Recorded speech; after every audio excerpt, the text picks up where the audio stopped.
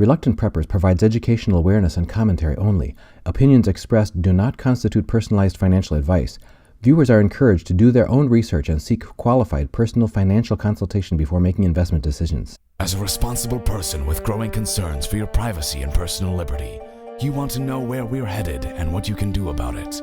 We ask the experts what you need to do to take prudent and responsible action to safeguard your family's wealth and well-being, and what basic first steps will help you to be aware and prepared. ReluctantPreppers.com. Welcome back, Reluctant Preppers. It's been a while since we've had an actual member of the gold industry on our channel, and we've got now Patrick Donnelly. He's the director of Harvest Gold here with us for the first time on Reluctant Preppers. Patrick, thank you for joining us. Thanks for having me on.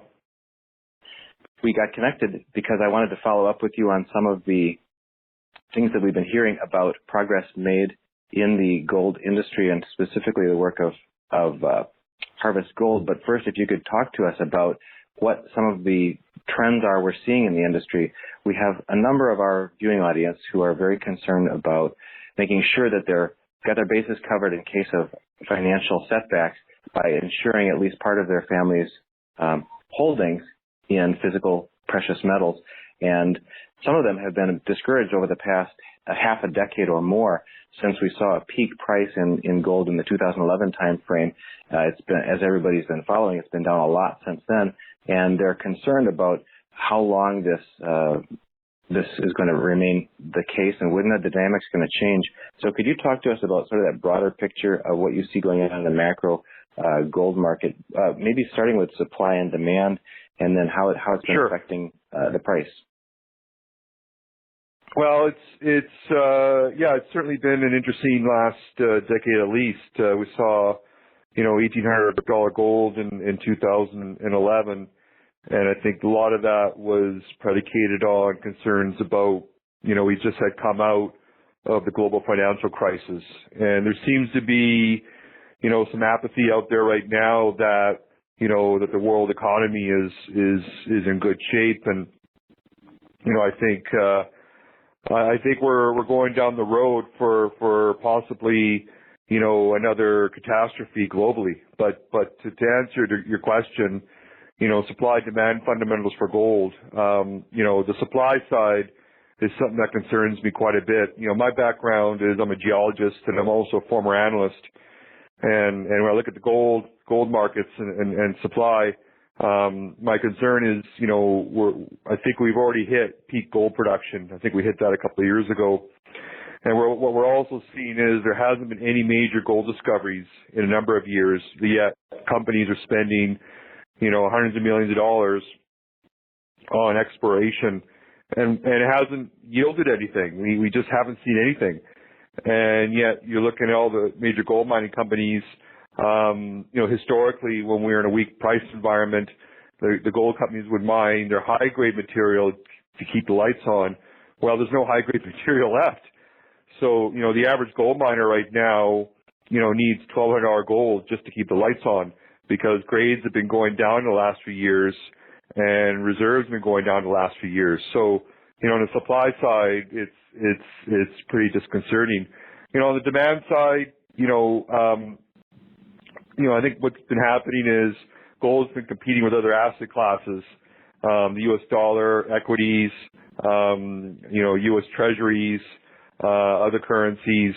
And usually what happens is when there's concern about these other asset classes, then everybody starts going back into gold. And the other competitive competition we've been seeing is these cryptocurrencies, which are finally, I think, starting to show their true colors because they're not currencies. People talk a lot about Bitcoin. It's not a currency. It has no value. It's too volatile. It's very difficult to use in transactions. And I think now people are realizing that it's a failed experiment. And that's why we're seeing a weakening in cryptocurrencies. We've seen a lot of weakness in gold because, people have been flocking to the U.S. dollar. The U.S. dollar is considered a store of value. And we saw this in the late 1990s when gold ran down to $230 an ounce. And I remember there was an article, I think it was in Time or an Economist, that said, is this the end of gold? And then subsequently we saw gold run up.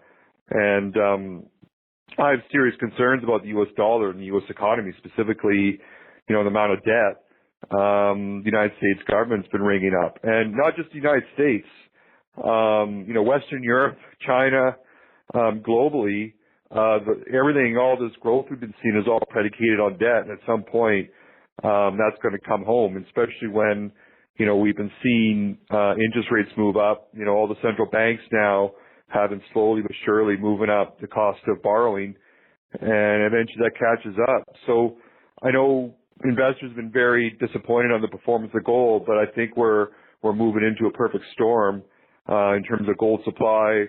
We're seeing, significant global financial instability, especially now with all these impending trade wars and tariff wars going on globally, and just global geopolitical uncertainty, in Russia, China, emerging markets. You see what's happening in Turkey and Argentina, and that can happen anywhere. And Argentina is trying to do all the right things, and they still can't control their hyperinflation, and their economy is about to collapse. So those are, and we're seeing South Africa go into a recession. And we could, those are middle-sized countries, but, if we see a larger country like France or Italy get into trouble, that could spread globally. And so I think, gold's never going to go away as a store of value.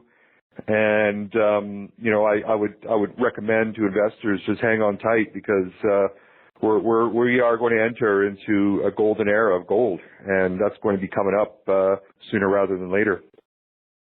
It's interesting that you mentioned the possible start of a contagion across weakening economies globally. Reluctant Preppers is on a road trip right now in Italy, and we're talking with locals here about how impactful to their lives the instability in the government and their economy is in their lives. And the interesting theme that we're picking up so far is that people have, in some sense, kind of checked out. They're just trying to focus on their day-to-day lives, because they feel that these forces that are at play at the national and international level are often fraught with corruption, and that they don't get the true story on the mainstream media. That whether he said, some of the people we talked to said either on television or on the newspapers or on the radio, they're going to hear what the government wants you to hear until it's too late. And then you find out years later that the officials in charge were part of the same problem, new faces, but same problem year after year. But as you pointed out, the problem getting much larger with burgeoning sovereign debts globally. You mentioned peak gold in passing.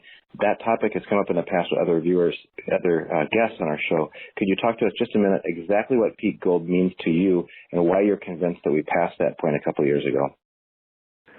Well, what peak gold means to me is where we hit the point where, globally we are producing more gold than ever before. And that was a result of technology, some jurisdictions opening up that were closed before.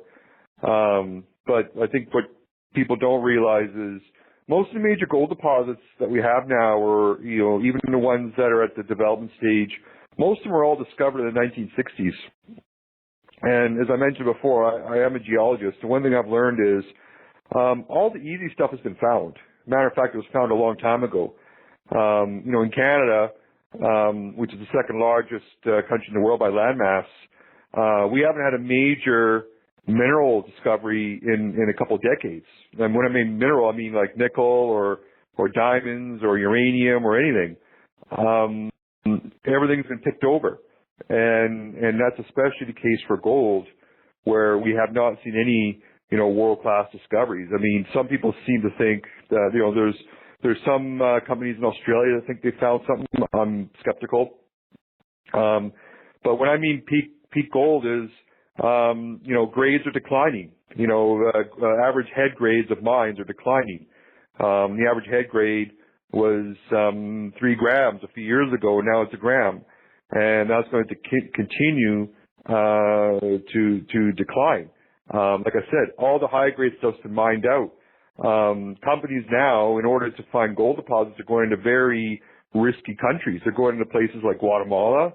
They're going to places like the Philippines. They're going to China, Greece.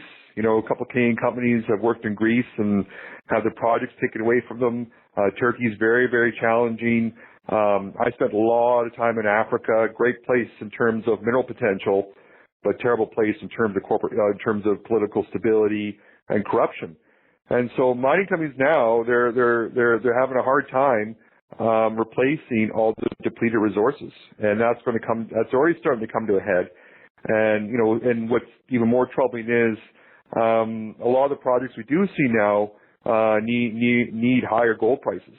And as I mentioned before, because grades have been coming down, the average producer now, you know, just to tread water, needs $1,200 gold. And so if we see gold going down to, you know, $1,100 or $1,000, that's going to knock off a lot of production. That's going to put a lot of companies in tough straits. So, you know, this is not sustainable. You know, where we are right now is not sustainable, and we need a higher gold price. And as I mentioned before, I think we're heading into the perfect storm in terms of global geopolitical instability. Global debt is just off the charts, and coupled with the fact that, you know, mines are getting lower grade, lower quality, more troubling jurisdictions, it all sets itself up nicely for gold to go on the run. It's interesting you mentioned Greece, because the next part of our road trip here involves visiting to Greece as well. We're going to talk to some people there about the very topic that you mentioned about the how challenging that jurisdiction is for business, that climate. Back to your own history, you mentioned that you're a geologist, and we've talked in the past about how you're also an analyst. What attracted you to Harvest Gold? Why did you decide to join them? Yeah, Harvest Gold, you know, they have a really interesting project in Mexico. It's early stage, called Cerro Cascaron, and it's right in the heart of the Mexican silver belt. And so, you know, when I look at projects, you know, from a geological point of view, you know, first thing I learned is when you go hunting for you go for hunting for elephants where you see elephant tracks, and where Cerro Cascaron is located is right in the heart of you know, one of the most significant gold producing regions in the world. And you know, there's been multi-million ounce deposits found in the area. The other thing I like about Cerro Cascaron is there's numerous showings on the property. There's gold everywhere. There's tons of smoke. You know, geochem soil assays have indicated very broad anomalies.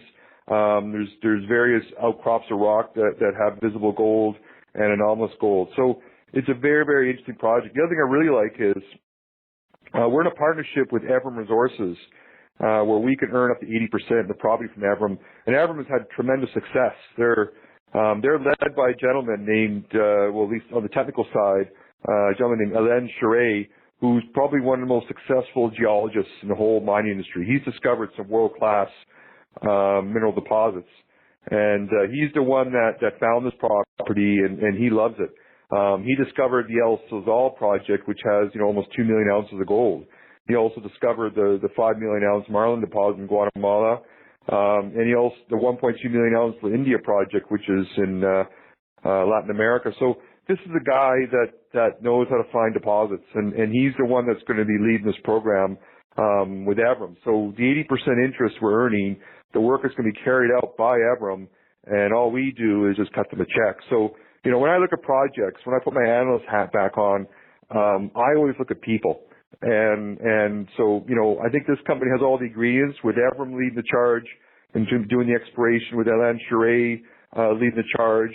And then, like I said, the project's in the middle of the Mexican silver belt, and the property itself geologically has all the classic attributes of a gold deposit in terms of geology, mineralization, and location. So I'm very, very excited. It is early stage, but, you know, these investments are how people make real money.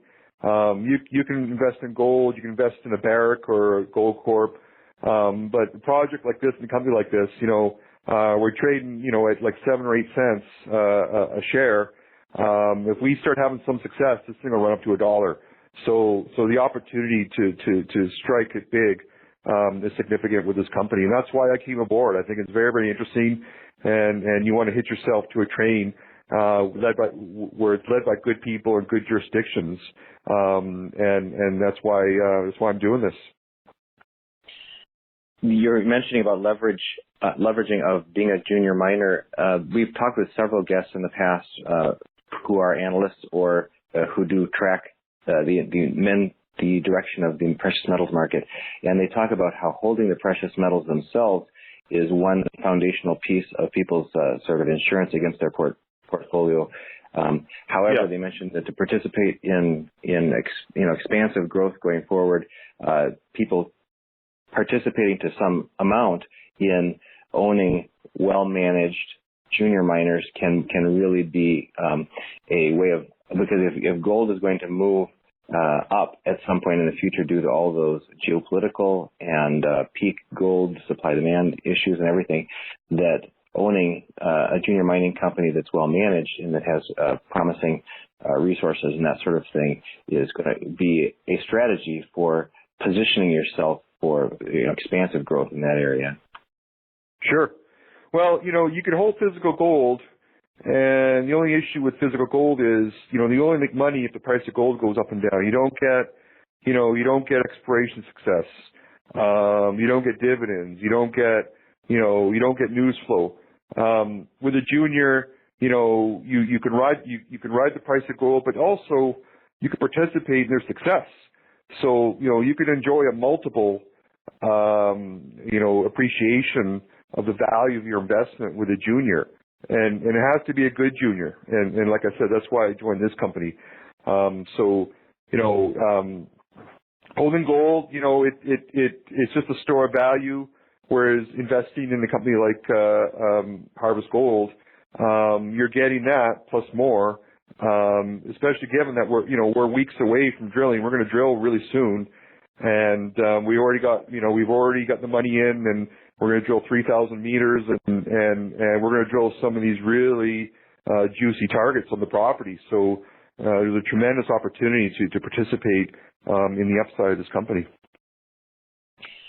Turning back to what you were talking about earlier in your survey of the factors that may affect gold and the gold supply-demand curve going forward, when you talk about the possibility of unearthing some additional finds in these proven areas where gold has been found in the past, do you see that it's more difficult for a discovery to shift the game for a very large producer than to make a significant shift for a small junior producer such as yourself, as far as proportionate to their current prospects? Yeah, that's a great question. And I think, when a major mining company makes a discovery, it does not move the needle. With major mining companies, investors are generally looking at earnings, cash flow, production, that sort of thing. So any discoveries are usually obscured. Whereas a junior, it's all predicated on discovery. And if you look at, other companies have made fantastic discoveries, the appreciation is usually off the charts. So, so like I said, you invest in a producer simply if you're looking, to store value and maybe make 10, 20% gain on your investment. Yeah, go to a producer, and there's some good producers out there. There's some bad ones too. Whereas if you really want to hit a home run, and it's risk reward, right? If you really want to hit a home run and you want to get a 10-bagger, then, you invest in the juniors. I'll cite, someone who puts a lot of money into the juniors, Eric Sprott, and he usually what he does is he buys a basket of junior equities. He does his homework, looks for the best juniors out there, and then collects a basket of them. And he only needs one of them to pop for him to make a lot of money. And so, like I said, if we can have some success, which I think there's a decent possibility of us doing that. Like I said, it is risky. It is a junior. It's grassroots exploration. But that being said, let me put it this way: the chances of us having success are significantly higher than buying a lottery ticket. So, and like I said, when I always look at good people, and I'm very excited that Len is leading this thing. That really gets me excited. He likes the property a lot. And, in Evrim, the company that had tremendous success, they've already made a couple of discoveries. And they just had an investment recently by Newmont. So Newmont has a lot of confidence in Evrim. So, and that's another thing I should mention is, the major mining companies right now, they're searching high and low for gold. And they're putting money into juniors and they're acquiring juniors. And so if we can have some success, that's going to put us into play and perhaps get taken out by a major. That's actually one of the questions I wanted to ask you about, is because a lot of our viewers are, as I mentioned earlier, holding on to physical gold, and they're concerned that the price may be not only subject to market forces, but to basically unfair suppression intentionally for other purposes by major players who have seemingly unlimited pocketbooks. But it sounds like that the success of Harvest Gold is not entirely dependent on price movement in the gold market itself. Can you remind us on why, what prospects does Harvest Gold have that are independent of, not just waiting for gold to go up? Yeah, that's a great question. And no, we don't necessarily, for us, we don't necessarily need a high gold price. If we can make a discovery, then that's going to add value. We're a $7 million company. So, whereas an average, junior company, with a gold resource is probably, $50, $60 million market cap, and we're about a tenth of that. So, it's irrelevant where the gold price is. If we can make a discovery, we could do quite well. I'll give you an example. There's one junior in British Columbia, that, it's made a nickel discovery. And it's called Garibaldi Resources, and nickel prices, quite honestly, are awful, and everybody hates nickel, and yet Garibaldi made a discovery, and their shares took off like a rocket. So if you make a brand new discovery, it's usually irrelevant what the metal price is. As long as you make a discovery, the market's going to jump in on it, and that's a lot of people play the junior game because that's where the biggest bump is. That big initial discovery is where you get the massive bump in share price appreciation. And that's where you want to get in. You want to get in at the ground floor, and that's where we are right now. We've been speaking with Patrick Donnelly, the director of Harvest Gold, and I understand that there is a research report available at harvestgoldcorp.com/home, HOME, and if there are written reports there that are of ultimate importance for those who are interested in considering speculative or other investments in this company.